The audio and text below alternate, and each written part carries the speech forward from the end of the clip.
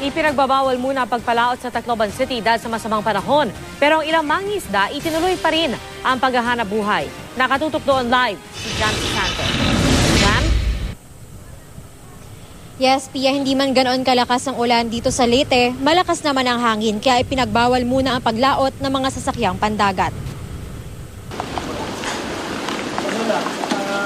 Bahagyang humupa ang malakas na ulan nitong mga nakaraang araw dito sa Tacloban.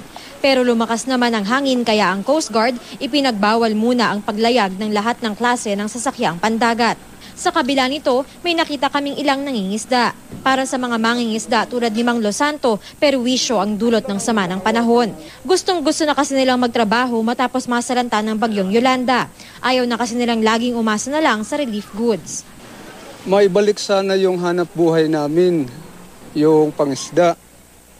Kasi yun lang ang inaasahan namin dito sa aming barangay. Isa si Mang Losanto sa mga pamilyang nakatira sa may tabing dagat kahit pinagbawal na ang pagtayo ng bahay 40 metro mula sa shoreline. Dito muna raw sila habang ginagawa pa ang bunkhouses na pansamantalang tirahan ng mga sinalanta ng bagyong Yolanda. Handa naman silang lumipat basta wag lang masyadong malayo sa kanilang hanap buhay. Sana matulungan kami na ma-relocate kami kaagad.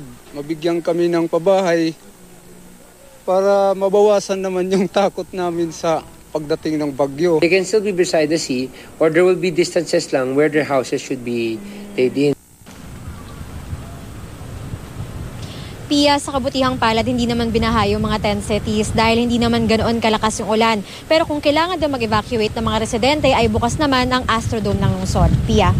Maraming salamat, Jam Santos.